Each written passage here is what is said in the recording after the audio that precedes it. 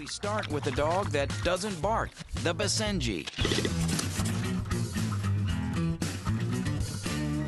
That's right, the Basenji, one of the few breeds in the world that does not bark. Now this little dog may not bark, but the Basenji can bite. This breed is still used today by the Pygmies in Central Africa to hunt lions. That makes the Basenji one tough cookie. And where most dogs hunt by sight or sound, the Basenji uses both senses to stalk its prey. They may be barkless, but they are far from silent. A bit of a yodel or a whine or a crowing sound. The larynx of the Basenji is a different shape than that of a normal dog.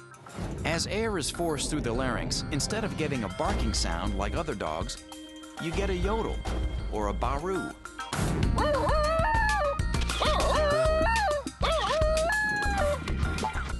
Basenjis are also very cat-like. Qualities that come from their independent and aloof personalities. And like cats, Basenjis are fastidious groomers. A Basenji is more the type of dog who's going to be your calm, quiet, and loyal companion. The Basenji's calm independence may come from its intelligence. These dogs are considered to be and are selected to be super smart, very stealthy. Basenjis are arguably the world's oldest dog, appearing in Egyptian hieroglyphs and art. They were brought up the Nile from Central Africa as gifts for the pharaohs. In the 1980s, Basenjis were almost wiped out in the United States by Fanconi syndrome, a fatal genetic kidney disease.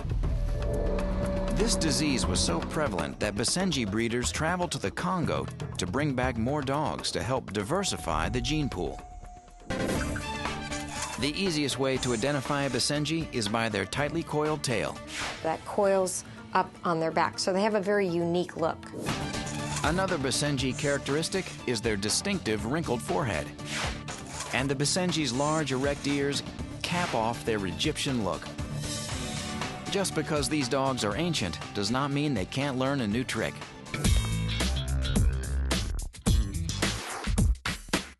Training Basenjis is not easy. It takes time and dedication to train their aloof personalities. Good boy. When you put in the time and effort to train a Basenji, they make wonderful companions. But like cats, Basenjis will usually only bond with one or two members of a family. Another cat-like quality of the Basenji is that they make great pets for city dwellers. So having a dog who's not as vocal as others is a huge plus. It's important to know the lineage of your Basenji to avoid Fanconi syndrome. However, Basenjis without this genetic disease are healthy dogs. They don't shed very much. So if you're kind of a neat freak, this might be a great dog for you. So the Basenji is a great city-dwelling dog. They have a problem with Fanconi syndrome, so be sure to get your Basenji from a reputable breeder. Basenjis are a snap to groom because they do most of it themselves. Training a Basenji takes time and dedication. However, a well-trained Basenji makes a good companion.